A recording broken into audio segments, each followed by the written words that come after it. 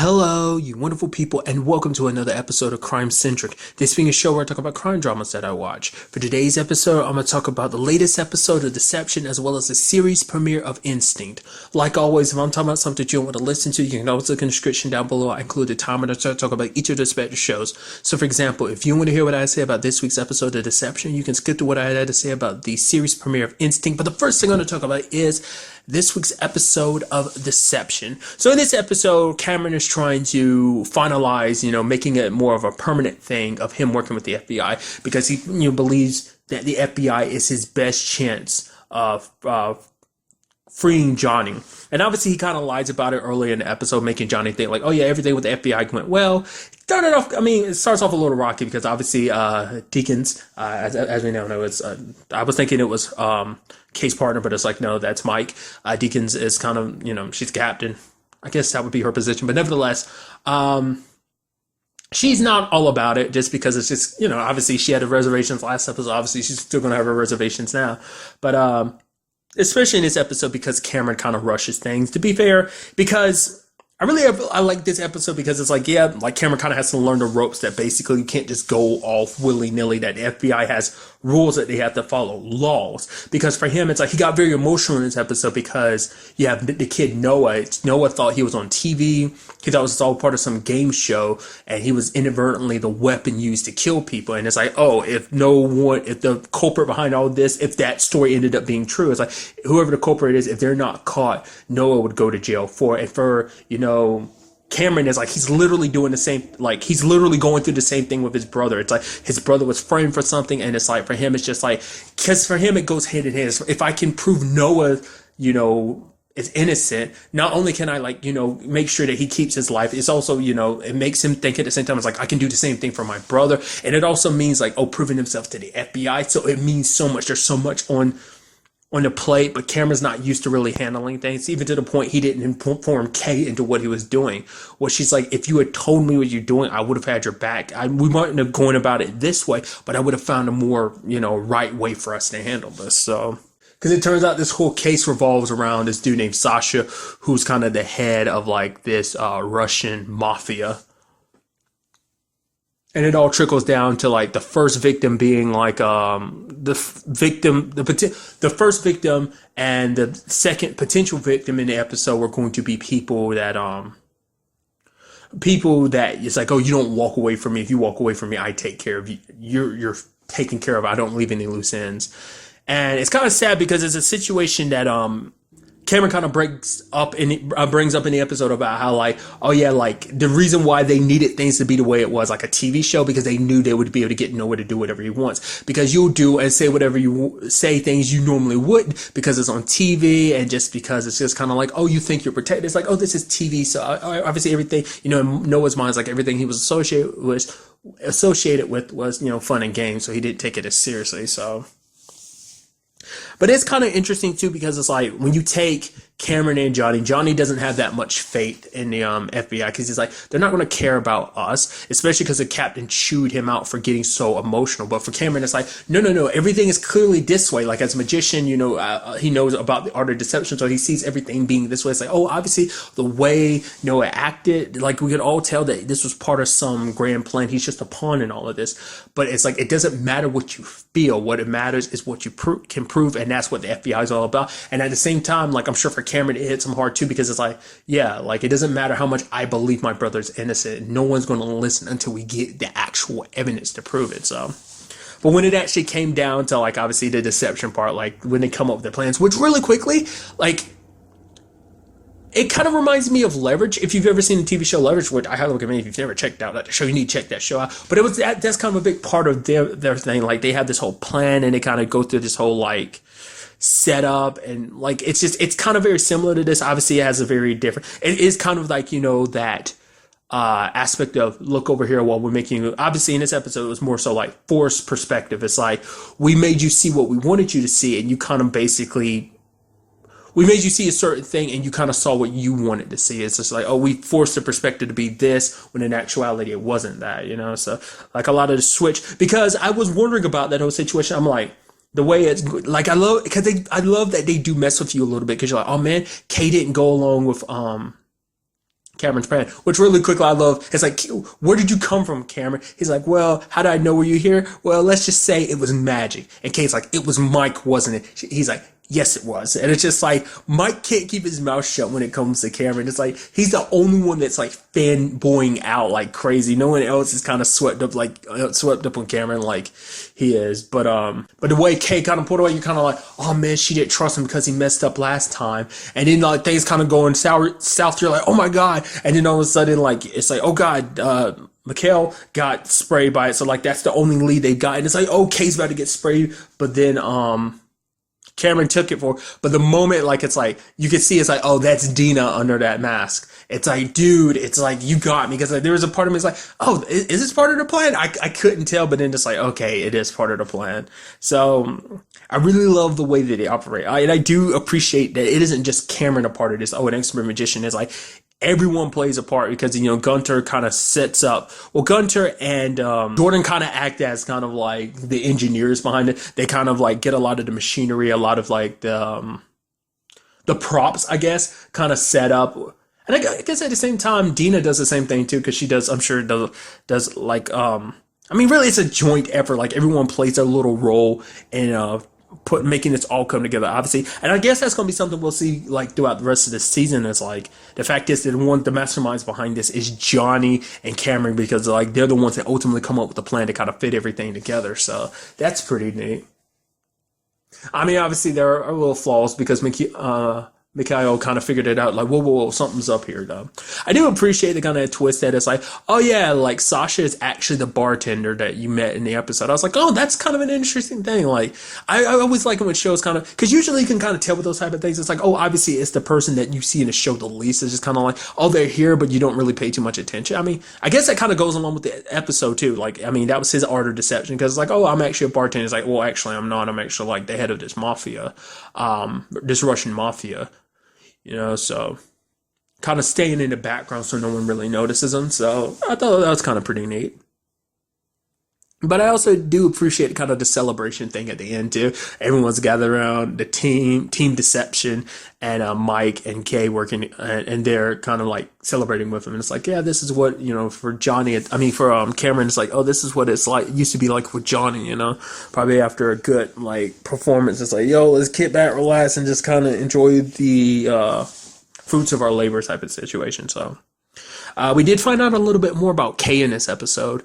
That she is willing to help Cameron because she's learned personal laws. Like, for her, it's like the moment she mentioned, like, oh yeah, like, the fact is that when she first thought about the first body she ever saw was an OD, so it was different. I was like, that had to be personal. And then especially when she was later on like, yeah, she wasn't an FBI agent at the time, I was like, definitely personal. I would thought like I figured family member or something, but I wasn't expecting it to be actually like a sister. I thought like maybe a mom or dad, but it's like, nope, her sister, which is sad.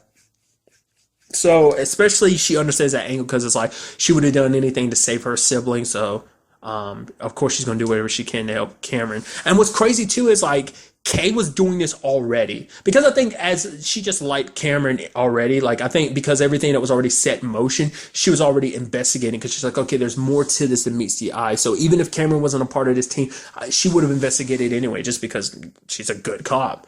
Which isn't to say anyone else investigated it. It's not. It's just that situation of like, well, she knows there's more to this whole situation. So she would have done a favor for Cameron because he helped her and everything, that she would kind of return a favor. Because even Cameron was kind of bringing up the fact is amongst anyone, like Kay is different. Like she would help. And that we kind of see the proof of that. So she's already got like a board set up and everything. Even Cameron's like, whoa. So she's like, let's work on this together. And it's like, yo, let's do this. So that's pretty neat. But we also see that the lady that they're tracking has one too, a much bigger one and very focused on Cameron, which is kind of interesting. Almost like a murder board type of situation. That's what I always refer to them as. I don't know what the proper, would it be like investigation board would probably be a better term, but I always typically like, what was one of the first series I ever saw with a murder board? I'd probably say like Teen Wolf, just because like, you know, Styles kind of always, that was a big part of his like process. So, but nevertheless, it seems like whatever her whole deal is, like she knows a lot about Cameron, like which brings up my point, like I brought up in the premiere, like, oh yeah, there's obviously some deep connection there. What exactly? Well, we don't know. But what I appreciate is I'm assuming it means she knows all there is to know about Cameron. Like she knows every trick that he has up under his book, even stuff that Johnny knows too. I mean, some of those photos might not have even been just Cameron. It might have been Johnny because she is coming after both of them.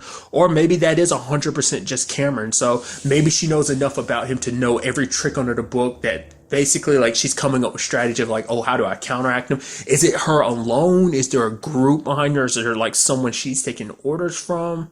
You know? Why all of this? You know, we're still nowhere closer to that answer of like why she's doing all of this.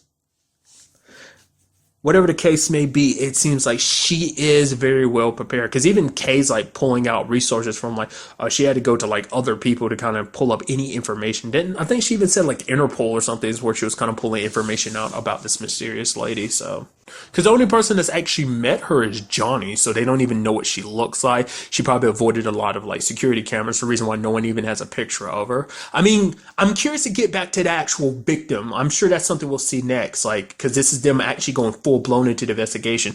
Obviously, they're going to have their own cases, but on the side, they're going to be working on this too. And I'm pretty sure, just storyline wise, obviously there's going to be crossover. But I'm curious, like when they get back to that body, like what's going to be the case? Is it like, oh, the body's no longer there? Was it cremated? Was it, just kind of removed entirely? Like, what's up with that body? The one that, it's like, oh yeah, this is the one Johnny was found with, so, well, not necessarily with, but over. In retrospect, that's something I didn't even really think about last episode because Johnny walked away from it. And the moment Cameron, I wonder, did Johnny turn himself in or did Cameron inadvertently turn Johnny in? Maybe that's why, because he was like, no, I'll explain. That's my brother. So it's like, no, at that time, it's like Johnny had walked away. So he was probably stashed away somewhere and maybe Cameron convinced him to turn himself in. So it's probably even more reason why he feels dedicated because he's the one that kind of outed his brother and everything. I mean, at the time, maybe there was a part of him that was kind of wondering, like, okay, something's not out. Like, I need you to explain this to me, Johnny, type of thing. So I don't know. We'll have to wait and see. There's also a thing about their father's coin I thought was kind of interesting. To the point, like, Johnny got hurt a little bit, and it's like, oh yeah, they're trying to take Dad's coin, but I couldn't let that happen. So doesn't seem like they have fond memories of their dad, but it might be all that they have, like, to remember him. So for them, it might not even just be about the bad times. It's like, well, even though the bad times, he created some good times with us because of, above everything else at one point in time, even if he wasn't always a great father, maybe there were moments he was a great father, and teaching them magic and everything was something that they united over, and it kind of brought them joy that they could bring to other people. So I don't know, maybe it's just something interesting to kind of think about. But like I said, this episode still left us with a lot of questions, so hopefully we'll be getting answers to those said questions soon enough, like in the next episode, for example. And now moving on to the series premiere of Instinct. A very nice premiere. A lot of interesting things. Like, for one, like, I went into the series knowing a little bit, but not knowing a lot.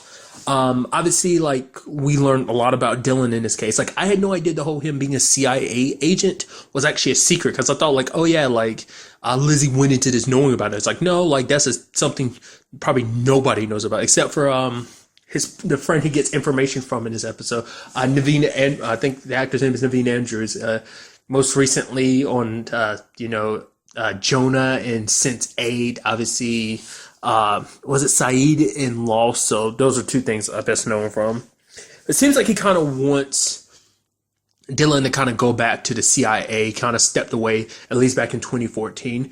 It seems like it's because of Andy, his husband, which he's not even telling his husband that he's doing stuff. Like, it's not even just CIA work. It is like, even him working with the police and stuff like that. I guess because things didn't go down well, like when he originally retired, because it was like, what he ends up telling Lizzie is like, he ended up retiring out of, responsibility. So I don't know, maybe it's like him and Andy knew each other that way, or did they just meet? Because even, his friend was kind of like, yeah, you don't have much of a love life in that type of work with the CIA. It's just kind of like, that's kind of all there is to it. There's no room for that. So I'm curious, because it does seem like he made a promise to Andy too, like that he wouldn't do it, hence why he's keeping it all hush hush. So is it just CIA work or just any work in general that would put his life in danger? Maybe the last time, like one of the times, like, when they were together, Maybe they had previously been together prior to that. Like I was under, because I'm thinking like no. Like I was thinking like they met under those 3 years. It's like the 3 years where he wasn't like when he ended up retiring. I thought they met afterwards, but I'm like no. They were together for a long time, but his responsibilities as a husband is probably what he was most likely referencing. So they've been together for a while, and it probably took its toll on Andy. Just like, oh, I don't know what's going to happen to you. If something happens to you, would I even know about it? So I mean, to be fair, working with Lizzie would present different opportunities, but it wouldn't be as scary, but it'd still be the possibility of, well, people would be targeting him and stuff like that. That's kind of an interesting thing, because he was actually wondering, was the killer in this episode, the dealer, actually coming after him because of his CIA work, but it turns out not to be the case. The dealer in this case ended up being, it turns out that basically he was punishing criminals that got off. Basically, this judge would let a lot of people off on these technicalities and archaic rules. And like the main first person in the episode, Dino, played by the actor who plays Kevin on Riverdale. I was like, Kevin! So that was kind of neat. But nevertheless, and leaving all these cards behind at the crime scene is kind of giving you a heads up of who the next victim would be, because it was all pulled from Dylan's book, Freaks. So, and that was something I kind of went into this knowing, and it was something I talked about at the time. I wasn't sure if this was going to be like a one-off episode thing, or whether this was going to just be like the entire series. Like it'd be like the overarching story, but it seems like no, like it is like a one-off. It's like, it's the first case to kind of bring him and Lizzie together, but it's like obviously they're going to be working different cases together. But I'm sure like his CIA days are probably going to be like the overarching story. Like obviously depending on whether or not he tells Andy, that's going to be an aspect of it too. Like, he's supposed, we might see him balancing his teaching while also lying to Andy, while also working with Lizzie. So I'm curious to find out more about Dylan's like CIA days, what he did, because as we can see in this episode, like the way he took down Dan, it's like he ain't no pushover. The way he handles himself, took him down and like a pistol whipped him too. It's like, got skills, dude. I did like the bond that him and Lizzie have gained in this episode. The fact is that like Lizzie's just up there kicking down that judge's door a little bit, and she's like, "Okay, you can help it anymore." And he's like, "Oh, I just didn't want to kick because it might disenfranchise you." It's like, okay, we can do this at the same time. They both go, and then like the judge opens the door. I was like, that's a nice moment.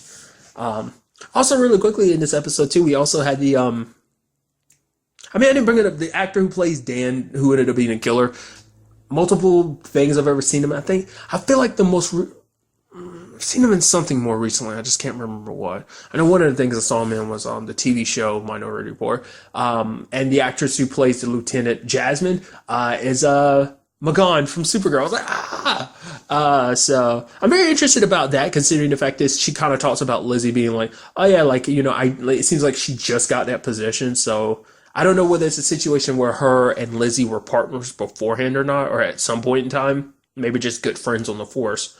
Could we end up finding out about Lizzie's whole situation? Because it's like, oh yeah, obviously she had been through something in the past year, is kind of what Jasmine was kind of getting to. But we find out what it was is that her partner as well as fiance Charlie died because she does not work well with other people. I was like, oh, I was wondering if that was just her character, but it's like just her personality, she just didn't gel well with people. It's more so like, I think it's a situation of like, well, the last dude was the dude that, she ended up kneeing in the nuts in this episode. Sorry, I couldn't get that out. Because he's the one that tried to stick his tongue down her throat, which is like, she literally lost her fiance. I wonder, did no one know about that? It's one of those situations. It depends, I guess, on her apartment and stuff like that. Like, in her, department romances and stuff like that. I would assume everyone knew, but it's like, why would you make a move on a lady who's grieving her fiance's death? Like I said, not unless no one knew that they were a thing or something like that. But that's probably why she doesn't really gel with other partners, because she doesn't want, because it's like, I don't want anyone other partner because I don't want anyone trying to take Charlie's spot, in my heart or anything like that. And also her dog Gary, like she was starting to cry. I was like, she's messing with him because he's like, I was like, oh, she's not messing with him. It was like, no, because she might have to put down Gary. And for her, Gary's like the last reminder she has of Charlie. And it's like, she already lost Charlie. She just can't, lose the last bit of him that she can hold on to. So it's like that. I was like, oh, I kind of felt bad for thinking she was just like messing with Dylan a little bit, but turned out not to be the case at all, so. And I also appreciate the fact is that he has Whoopi Goldberg playing his editor, Joan, and she's just kind of like, oh man, look at you. You look fat. And it's like, wow, so mean. I would assume she doesn't really know too much about his previous. I mean, she references it because she was like, kind of like, oh yeah, you wrote Freaks. Or I would assume it was Freaks right after he left his old job behind. Well, to be fair, like I said, that was in 2004. 2014. So it wasn't that long ago. So it was probably a situation of like, she kind of wants him to get a little more excitement, a little more pizzazz in his life, so that he can write the next book. Because she's like, oh my god, it like super sucks, this book of yours. So I'm very curious to see how much of like those two aspects about him, obviously his author life as well as his teaching life, as I brought up earlier, like how much that will kind of influence the series going forward. Like obviously, like I would assume there'd be kind of give and take with all of it, kind of like having some influence over the cases that he works on and stuff like that.